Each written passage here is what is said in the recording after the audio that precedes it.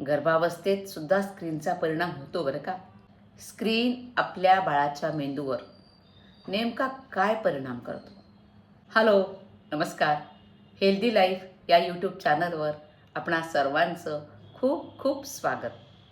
आणि आजच्या या पॉडकास्टमध्ये आपण बघणार आहोत मोबाईल स्क्रीन आणि मुलांचा मेंदू.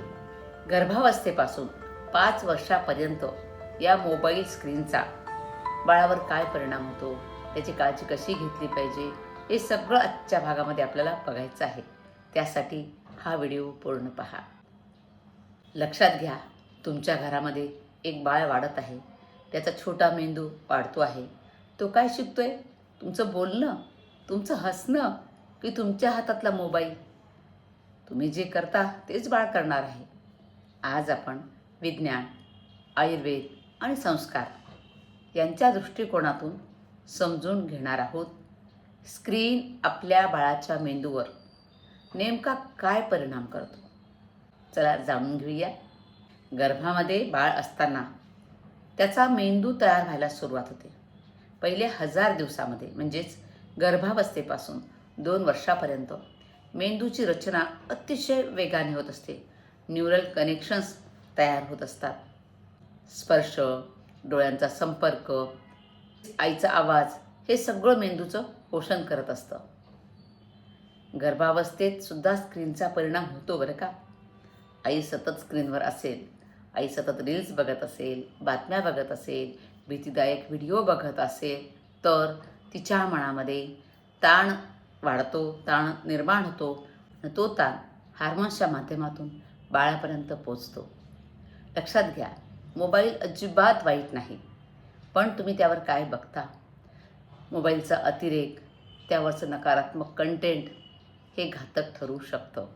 म्हणून झोपण्याआधी 1 तास तुमचा मोबाईल बंद ठेवा. शांत संगीत ऐका, मंत्र वाचन आणि बाळाशी बोलण्याची सवय ठेवा. बाळालासुद्धा झोपताना मोबाईल देऊ नका. तुम्ही जे केलं तेच बाळ करणार हे लक्षात घ्या. तुम्ही पुस्तक वाचायला हातात घ्या, बाळसुद्धा पुस्तक वाचेल. तुमचं बाळ 2 वर्षाचं होईपर्यंत त्याला अजिबात मोबाईल देऊच नका. त्याच्या हातात मोबाईल देऊच नका. बाळ झाल्यापासून म्हणजे जन्म झाल्यापासून बाळाचा ते 2 वर्षापर्यंत हा स्क्रीन का धोकादायक आहे? लक्षात घ्या, या वयामध्ये बाळाला स्क्रीनची गरज नसते, तर बाळाला माणसाची गरज असते. त्याच्यासोबत तुम्ही संवाद साधलं तर खूप बाळ ॲक्टिव्ह होतं. तुम्हाला मी पुढे उदाहरण सांगते एक. स्क्रीनवरचे रंग आणि आवाज मेंदूला फास्ट स्टिम्युलेशन देतात. यामुळे बाळाला खऱ्या जगातली गती कंटाळवाणी वाटू लागते. या बाळामध्ये या स्क्रीनचा परिणाम झाला आहे कधी लक्षात येईल? बाळ नाव घेतल्यावर प्रतिसाद देत नाही, बाळामध्ये झोपेचा गोंधळ होतो, डोळ्यात डोळे टाकून बाळ बघत नाही आहे, तेव्हा लक्षात घ्या स्क्रीनचा परिणाम बाळावर होतो आहे. आता 2 ते 5 वर्ष या वयामध्ये स्क्रीन पूर्ण बंद करायची गरज नाही, पण स्क्रीनवर काय आणि किती बघतो आहे बाळ हे महत्त्वाचं. त्याच्यासोबत अर्धा तास, पाऊण तास तुम्ही जर त्याला बघू देत असाल, त्यावेळी तुम्हीसुद्धा त्याच्यासोबत राहा. तो जे काय बघतो आहे त्याच्यासोबत त्याविषयी चर्चा करा. त्याला नीट गोष्ट बघत असेल तर त्याला ती समजावून सांगा. आध्यात्मिक गोष्टी रामायणातल्या, महाभारतातल्या ह्यासुद्धा तुम्ही त्याला लावून देऊ शकता. त्यातून त्याचं शिक्षण होईल. तुम्ही त्याला त्यातून गोष्ट ती विस्तारून सांगू शकाल, तर त्याला ती आवड निर्माण होईल त्याबद्दल. लक्षात घ्या, संस्कार फक्त गर्भात नाही, संस्कार हे आपल्या रोजच्या सवयीमध्ये असतात. बाळ तुम्ही काय सांगता ते ऐकत नाही, बाळ तुम्ही काय करता ते बघत असतं. तुम्हाला एक एक्झाम्पल सांगते बघा. माझाच बहिणीचा नातू आहे, फक्त मार्चमध्ये 5 वर्षाचं होईल. त्याचे आई बाबा त्याच्याकडे एवढं जास्त लक्ष देतात की त्यांचे ते ऑफिस वगैरे करतात. संध्याकाळी ते दोघंही टी व्ही बघत नाहीत, पण मुलांकडून त्यांनी मनाचे श्लोक पाठ करून घेतले आहेत. आतापर्यंत त्याचे 60-65 श्लोक पाठ झालेले आहेत. शिवाय त्याचं मॅथमॅटिक्स खूप चांगलं आहे. तो 30पर्यंत स्पेलिंगसुद्धा सांगतो. तो गाड्यांची नावं सगळे ओळखतो. तो कोणत्या राज्याचं RTOचं म्हणजे MS-20, MS-21 वगैरे जो नंबर असतो तो ते नंबर सांगतो. प्रत्येक राज्याची राजधानीसुद्धा सांगतो. आणि मनाचे श्लोक म्हणताना कुठलाही नंबर सांगा त्याला, 21वा श्लोक म्हण, तो श्लोक म्हणतो 21वाच. इतकं चांगलं त्याचं पाठांतर, फक्त 5 वर्षाचा मुलगा. कशामुळे शक्य झालं हे? तर त्याचे आई बाबा संध्याकाळी त्याला वेळ देतात, त्याच्याशी संवाद साधतात, त्याच्याकडनं करून घेतात, त्याच्यावर जबरदस्ती अजिबात करत नाहीत. हे महत्त्वाचं. तो सुद्धा बाबा पुढचं शिकवानं असं म्हणतो.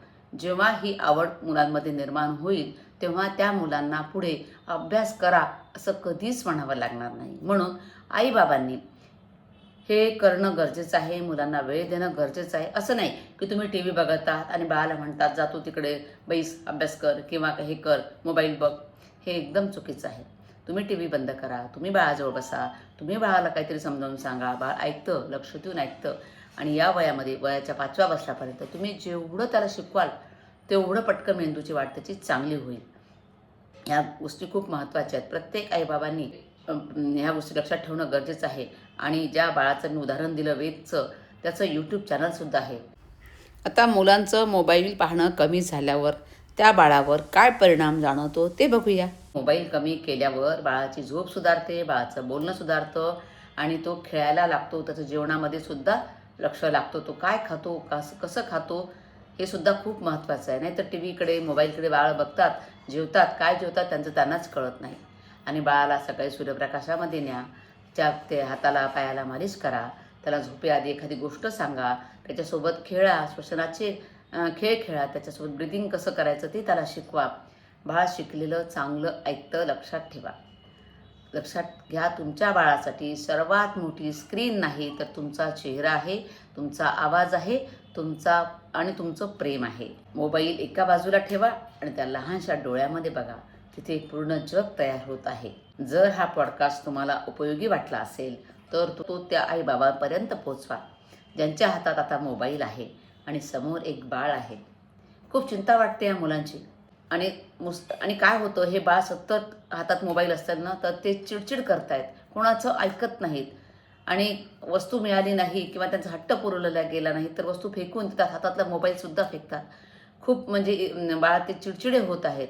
तर यासाठी असं होऊ नये असं वाटत जर असेल तर बाळाचं पहिलं स्क्रीन बंद करा, त्याच्यासोबत संवाद साधा, त्याच्यासोबत खेळा, त्याला काही गोष्टी समजावून सांगा. ऐकतं बाळ, पण बाळ शांत होण्यासाठी आईबाबांनाच वेळ देणं गरजेचं आहे. हे लक्षात घेऊन बाळांशी वागायला आपण सुरुवात करूया. धन्यवाद हा पॉडकास्ट पूर्ण पाहिल्याबद्दल. आणि अशाच माहितीपूर्ण व्हिडिओसाठी, टिप्ससाठी या चॅनलला नक्की फॉलो करा. धन्यवाद.